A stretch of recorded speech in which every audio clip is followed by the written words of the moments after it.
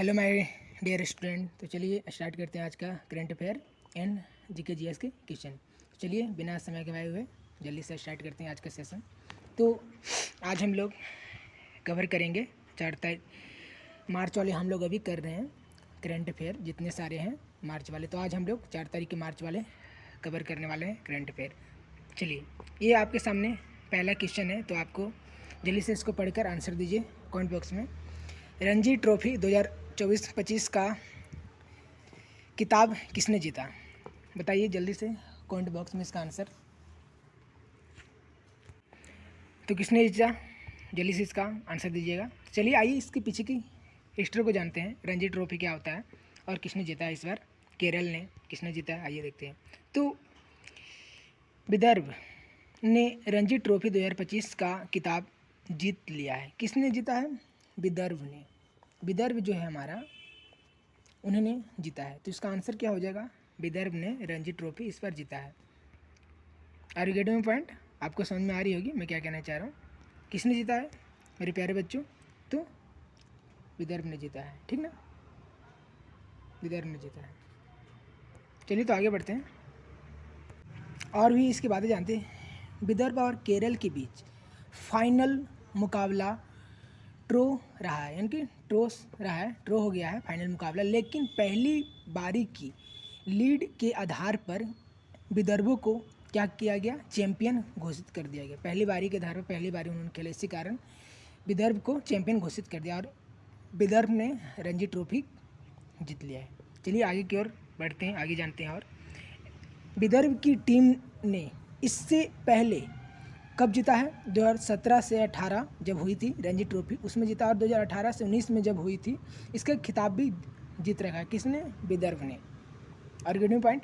अब 2023 और 24 में विदर्भ की टीम को विजेता रहे हैं।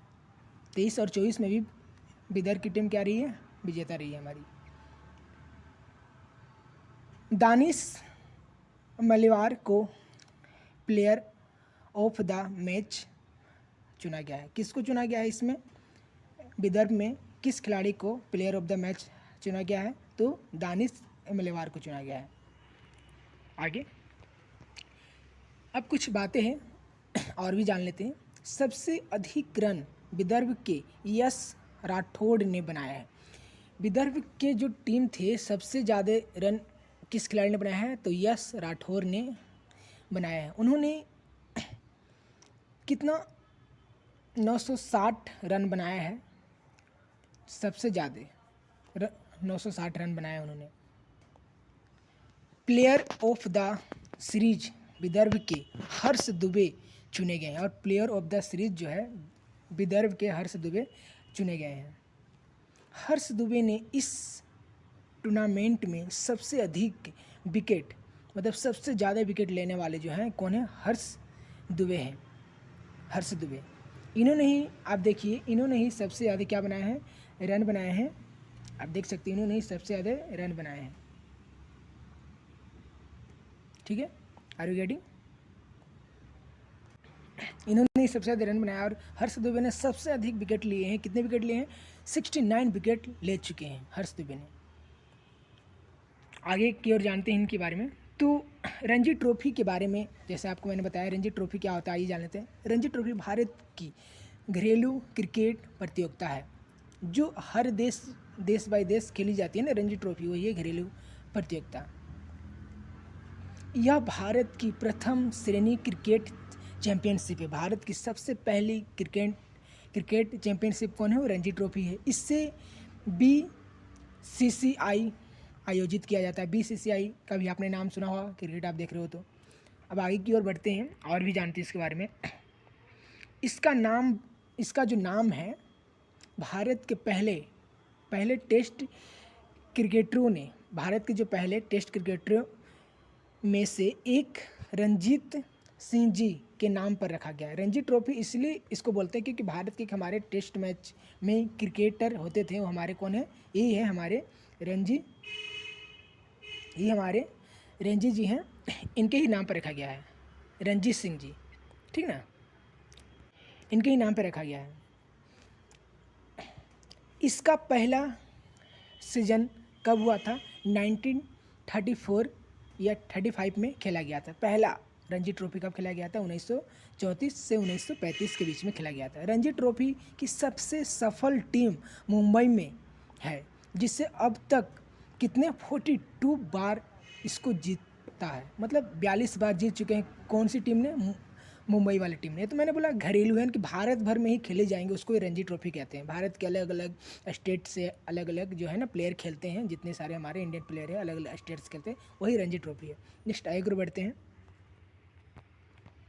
अगला प्रश्न आपके सामने है, देख सकते हो।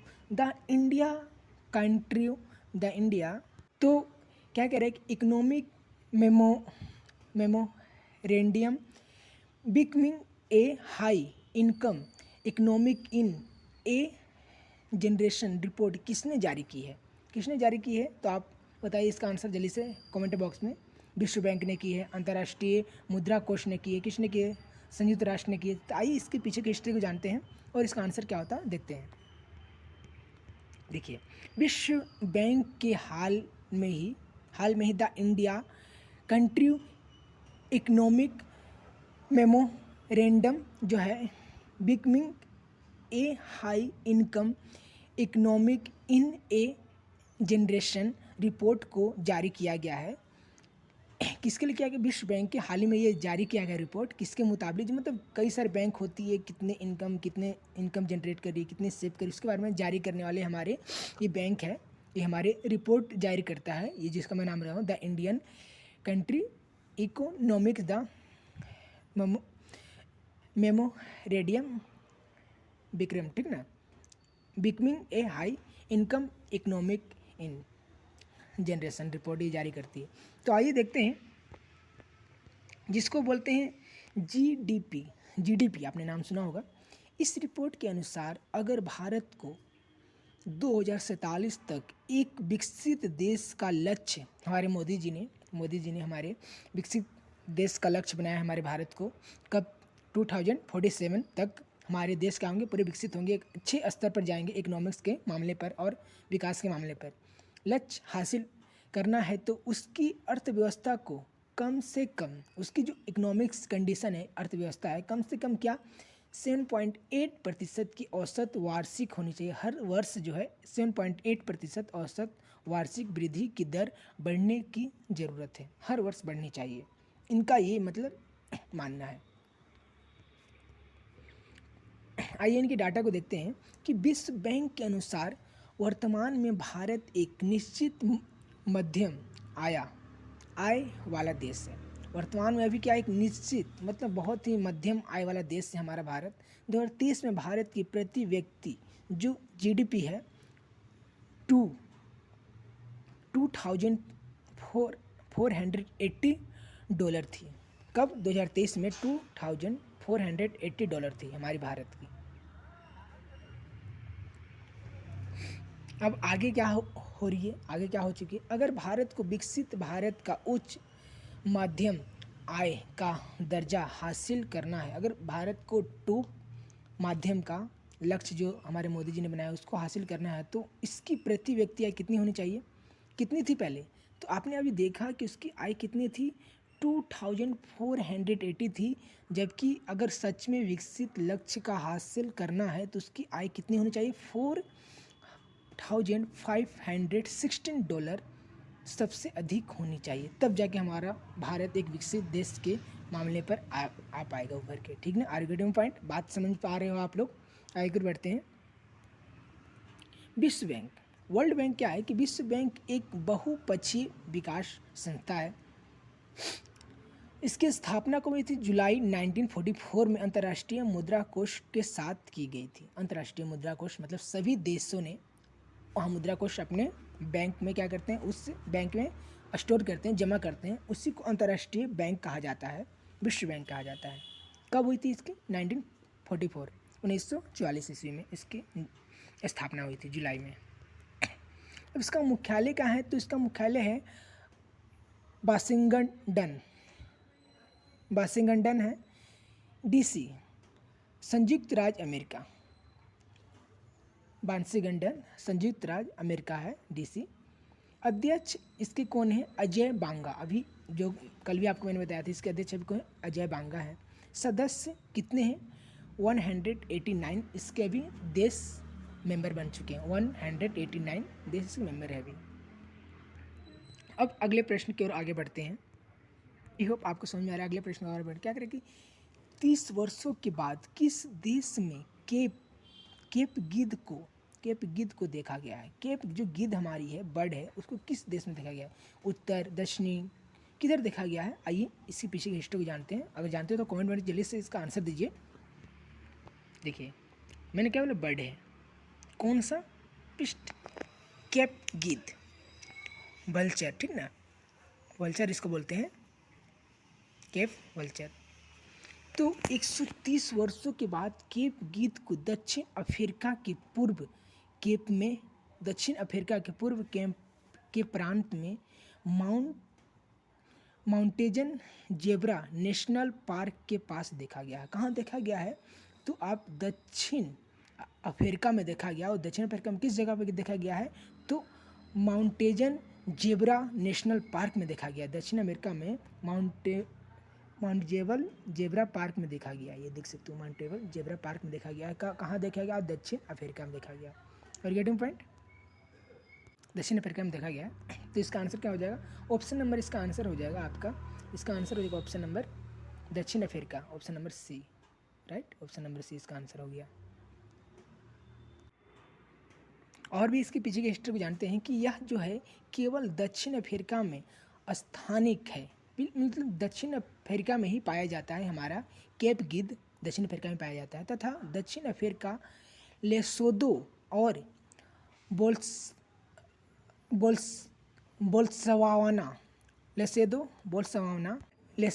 बोत्सवाना और मेजोकम्पिक में प्रमुख रूप में पाया जाता है। कहाँ कहाँ पाया जाता है? तो मैंने जैसे बोला आपको, लेसेदो, बोत्सवाना और मेजोकम्पिक प्रमुख रूप से इस स्थानों में कहाँ पाया जाता है? दक्षिण अफ्रीका में पाया जाता है। Are you getting point? दक्षिण अफ्रीका में पाया जाता है, ठीक ना। आइए इसकी जानकारी को और देखते हैं कि मुख्य भूमिका मृत जानवरों का, जो मुख्य भूमिका है मृत जानवरों का, मतलब जो जानवर विलुप्त हो चुके हैं, मर चुके हैं, जानवरों को खाकर बीमारियों के प्रसार को रोकना। मुख्य जो भूमिका है क्या है? मृत जानवरों को खाकर बीमारियों की जो प्रसार है, ये क्या करता है? हमारे जो केप गिद्ध है, जो मरे जानवर हैं, कहीं जंगल में मर जाते हैं किसी कारण से, आप किसी को मार देता है, ऐसे होते हैं, तो जानवर मतलब गंदगी ना फैले, मतलब ये गंदगी नहीं फैले, बीमारी जब गंदगी फैलेगी जानवर की दुर्गंध से, तो भी ऑटोमेटिक है कि बीमारी की कोई ना कोई संभावना, बैक्टीरिया वहाँ मौजूद होगी, तो वहाँ हमारे डिजेस्ट होने की पूरी संभावना होगी, क्योंकि बीमारी होने की कोई ना कोई संभावना जरूर होगी। तो इसी कारण ये गिद्ध क्या करती है? उसको खाकर ख़त्म करती है, ठीक ना। ये गिद्ध का एक प्रमुख है। 1980 से लेकर 1980 से लेकर 2007 में केप गिद्ध की संख्या कितनी सी? 60 से लेकर 70% तक घट गई थी, ठीक ना, 1980 से लेकर 2007 तक। अब IUCN की स्थिति के अनुसार असुरक्षित पहले संगठित ग्रस्त जो हमारे जीव हैं, IUC इसी का मंडल है। अब दक्षिण अफ्रीका के बारे में आइए कुछ बातें और जान लेते हैं। हमारा दक्षिण अफ्रीका है, इसके बारे में कुछ जान लेते हैं। दक्षिण अफ्रीका ही हमारे, इसके बारे में कुछ जान लेते हैं दक्षिण अफ्रीका के बारे में, ठीक है। इमेज पे आप देख पा रहे होंगे, इसके बारे में और जानकारी ले लेते हैं और भी बातें जानते हैं। तो क्या कहता है कि 3 राजधानियाँ जो हैं, 3 राजधानियाँ, 3 कैपिटल्स जो हैं, केप टाउन है और प्रिटोरिया है और ब्लोमफोटेंट है, ठीक ना। ये हमारी 3 राजधानियों किनकी? दक्षिण अफ्रीका की, केप टाउन, प्रिटोरिया, ब्लोमफोटेंट। अब दक्षिण अफ्रीका महाद्वीप के सबसे दक्षिणी छोर पर एक देश है। दक्षिण अफ्रीका है कहाँ? महाद्वीप के दक्षिणी छोर पर एक देश है। राष्ट्रपति इसके कौन है? तो राष्ट्रपति इसके कौन है? Cyril Ramaphosa. सिरिल रामाफोसा से क्या है? राष्ट्रपति है हमारे दक्षिण अफ्रीका के। आगे कर बढ़ते हैं। दक्षिण अफ्रीका में कुछ एनिमल्स हैं, उनके बारे में जान लेते हैं। हम दक्षिण अफ्रीका के एनिमल्स के बारे में। जैसे आप लोग देख सकते हो कि दक्षिण अफ्रीका के एनिमल हमारे, इनके बारे में जान लेते हैं दक्षिण अफ्रीका के बारे में। यहाँ की जो मुद्रा है कैसे चलती है, रैंड चलती है। यहाँ की मुद्रा, दक्षिण अफ्रीका की मुद्रा क्या चलती है, रैंड चलती है, रैंड। और दक्षिण अफ्रीका का सबसे प्रसिद्ध राष्ट्रीय उद्यान क्या है, क्रूगर नेशनल पार्क। यही क्रूगर नेशनल पार्क है दक्षिण अफ्रीका की सबसे फेमस जो है पार्क। कौन सी नेशनल पार्क, वो कौन सी, क्रूगर नेशनल पार्क है। और भारत में क्रूनो नेशनल पार्क जिस कहाँ, एमपी में है। क्रूनो नेशनल पार्क एमपी में के लिए कितने 12 चीते और 12 चीते हैं। 18 फरवरी 2023 को दक्षिण अफ्रीका से लाए गए थे। 18 फरवरी में 2023 में लाए गए थे, जो कहाँ, एमपी में, जो हमारे नेशनल पार्क है। कौन सा, क्रूनो नेशनल पार्क में रखे गए हैं दक्षिण अफ्रीका से लाकर। कितने, 12 चीते रखे गए हैं, ठीक है, 12 चीते रखे गए हैं। आर यू गेटिंग पॉइंट, बात समझ आ रही होगी आपको। आइए कर बढ़ते हैं हम लोग, अगली जानकारी को लेते हैं। अब अगला प्रश्न आपके सामने है करंट अफेयर का। किस राज्य में पहला सहायक जो है, किस राज्य में पहला सहायक उत्पादन केंद्र स्थापित किया जाएगा। किस राज्य में पहला जो सहायक उत्पादन केंद्र, असम में, मिजोरम में, त्रिपुरम में, पश्चिम बंगाल में। चलिए जल्दी से इसका आंसर जानते हैं, कमेंट बॉक्स में जल्दी से इसको दीजिए। आइए इसके पीछे की हिस्ट्री को जानते हैं। तो त्रिपुरा के सिपाही जला जिले के पूर्वा लक्ष्मीविल में पहला सहायक उत्पादन केंद्र स्थापित किया जाएगा। कहाँ किया जाएगा, तो हाँ, त्रिपुरा में किया जाएगा। और कौन से ज़िले में किया जाएगा, तो सिपाही जला में किया जाएगा। और पूर्वा लक्ष्मीविल में पहला सहायक उत्पादन केंद्र स्थापित किया जाएगा। जिला कौन सा है, सिपाहिली जिला है। और इसका स्थान क्या है, तो पूर्वा लक्ष्मीविल में पहला सहायक केंद्र स्थापित किया। तो इसका आंसर क्या हो गया, इसका आंसर हो गया आपका त्रिपुरा में, ठीक है ना, इसका आंसर त्रिपुरा में हो गया। आइए और भी इसकी जानकारी को प्राप्त करते हैं। सहायक उत्पादन केंद्र के बारे में क्या जानना है, आइए इसको जानते हैं ना। सहायक उत्पादन केंद्र क्या होता है। तो इसकी संस्थापक जो है भारतीय कृत्रिम अंग निर्माण निगम है। मतलब भारत की जो हमारी निर्माण निगम है, अलग अलग सहायक केंद्र बनाती है, वही है हमारे। और भी इसका मंत्रालय केंद्रीय सामाजिक न्याय और अधिकारिता मंत्रालय का है, केंद्रीय सामाजिक न्याय और अधिकारिता, मतलब लोगों को अधिकार दिलाने का काम करती है हमारी ये संस्था। उसका उद्देश्य क्या है कि स्थानीय आबादी के लिए रोजगार, मैंने जैसे बोला रोजगार, रोजमर्रा, ये सारी की सहायक करती है। रोजगार के अवसर पैदा करते हुए सहायक उपकरणों तक पहुंच को बढ़ावा देना, जिसको इसको इम्पोर्टेंस है, ज़रूरतमंद है लोग, उसको क्या बढ़ावा दिया जाता है। निवेद करोड़, इसका जो निवेश है कितना है, 45 करोड़ रुपया। इसमें निवेश कितने, 45 करोड़ रुपये इसको इनकम्स दिए जाते हैं। अब अगले प्रश्न की ओर आगे बढ़ेंगे। क्वेश्चन नंबर 5 करंट अफेयर का अगला प्रश्न। तो विश्व वन्य जीव दिवस किस दिन मनाया जाता है। तो आप लोग जानते हो ना, विश्व वन्य दिवस किस दिन मनाया जाता है, बताओ। आज कितनी तारीख है, आज तो कई तारीख हो गया, बट 4 तारीख है। तो इसके पीछे की हिस्ट्री जान लेते हैं। जो जानते हैं जैसे कमेंट बॉक्स में बता दो कि हमारा जो वर्ल्ड लाइफ डे है कब मनाया जाता है। कल सेलिब्रेट किया जाता है, वो 3 मार्च को किया जाता है वर्ल्ड लाइफ डे। कितने मार्च को, 3 मार्च को। आर यू गेटिंग पॉइंट, कितने मार्च को, 3 मार्च को किया जाता है ना। विश्व वन दिवस 3 मार्च को किया जाता है। चलिए तो आगे कर बढ़ते हैं और जानते हैं।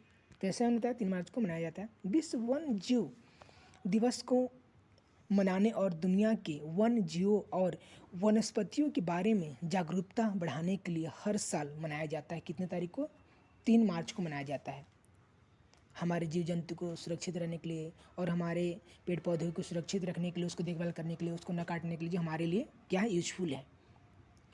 पर्यावरण के लिए, इसी के लिए मनाया जाता है। कितने मार्च को? 3 मार्च को, याद रखिएगा। अब अगली और भी जानकारी इसके लेते हैं कि यह 1973 में 1973 में इस दिन वन्य जीवों को, वनस्पतियों, सिटीज़ में जो है कि लुप्त प्राय जो हो जा रहे थे प्रजातियों, उनकी प्रजातियों में अंतर्राष्ट्रीय व्यापार पर, कन्वेंशन पर हस्ताक्षर करने के लिए मनाया जाता है। मतलब कन्वेंशन दिया जाता है, एक कन्वेंशन दिया जा रहा है इनके लुप्त में, जो हमारे जीव जंतु विलुप्त होते जा रहे हैं उनको ख़त्म किया जा रहा है, उनको बचाने के लिए, ठीक ना। ये हमारी तरफ से मुहिम चली, हमारे भारत सरकार से, करने भी चाहिए, क्योंकि जीव जंतु रहेंगे, पेड़ पौधे रहेंगे, तभी हम लोग के मानव की जो जीवन है सेफ्टी रह पाएगी। आगे कर बढ़ते हैं।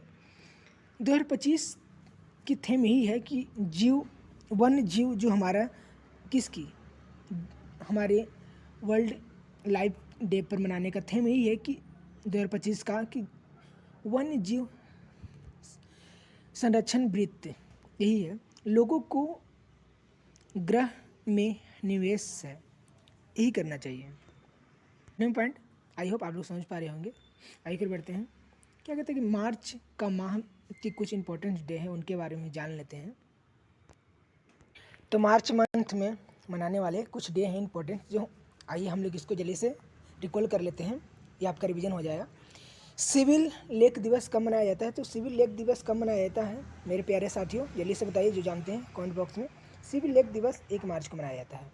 और जो हमारा शून्य भेदभाव दिवस कब मनाया जाता है? ये भी 1 मार्च को मनाया जाता है। और विश्व नागरिक सुरक्षा दिवस कब मनाया जाता है? ये भी 1 मार्च को मनाया जाता है। और हमारा विश्व समुद्री घास दिवस कब मनाया जाता है? वो भी 1 मार्च को ही मनाया जाता है। मेरे प्यारे साथियों, आपको समझ में आ रहा होगा, ये सारे 1 मार्च को मनाए जाने वाले क्या हैं, डे हैं। अब आगे कर बढ़ेंगे। अब देखिए, ये जो हमारे हैं विश्व वन्य जीव दिवस, जैसे अभी मैंने बताया 3 मार्च को मनाए जाते हैं।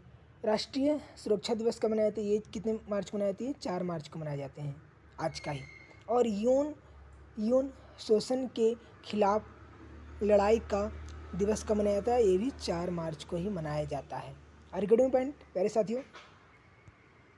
तो आइए कुछ और है जो आपको मैंने नहीं बताया, आगे कर बढ़ते हैं। अभी जो कुछ और डे हैं, देखिए, अंतर्राष्ट्रीय निरस्तीकरण और अप्रसरण जागरूकता दिवस कब मनाया जाता है? तो ये कब मनाया जाता है? ये हमारे अंतर्राष्ट्रीय जो हमारे हैं अंतरीकरण और जागरूकता दिवस कब मनाया जाता है? मनाया जाता है मेरे प्यारे साथी, जल्दी से बताइए कमेंट बॉक्स में जानते हैं। तो ये मनाया जाता है हमारे कितने, 6 मार्च को। आर्गुमेंट पॉइंट साथियों, तो आइए जानते हैं अंतर्राष्ट्रीय जो हमारे ये दिवस से कब मनाया जाता है। अंतर्राष्ट्रीय निरीक्षण और उपसरण जागरूकता दिवस कब मनाई जाती है? मनाई जाती है प्यारे साथियों कितने मार्च को? 5 मार्च को। और ये राष्ट्रीय फार्मेसी शिक्षा दिवस कब मनाई जाती है? मनाए जाते हैं 6 मार्च को। और ये जन औषधि दिवस कब मनाए जाते हैं हमारे प्यारे साथियों? 7 मार्च को। और अंतर्राष्ट्रीय महिला दिवस मनाए जाते हैं, कब मनाए जाते हैं? हमारे 8 मार्च को मनाए जाते हैं। आगे बढ़ेंगे प्यारे साथियों। तो आई होप आज का सेशन आपको बेनिफिटफुल, यूजफुल, अच्छा लगा होगा। ऐसे आप बने रहें, मैं डेली आपके लिए इससे और बेटर और अच्छा करते हुए और मैं सेशन लेके आता रहूँगा करेंट अफेयर का। और साथ में कुछ दिन और वेट कर लें, जीके जीएस का भी, स्टैटिक जीके जीएस का भी सेशन लेके आने वाला हूँ। तो मिलते हैं कल, please take care, bye, see you, bye tomorrow, मिलते हैं कल।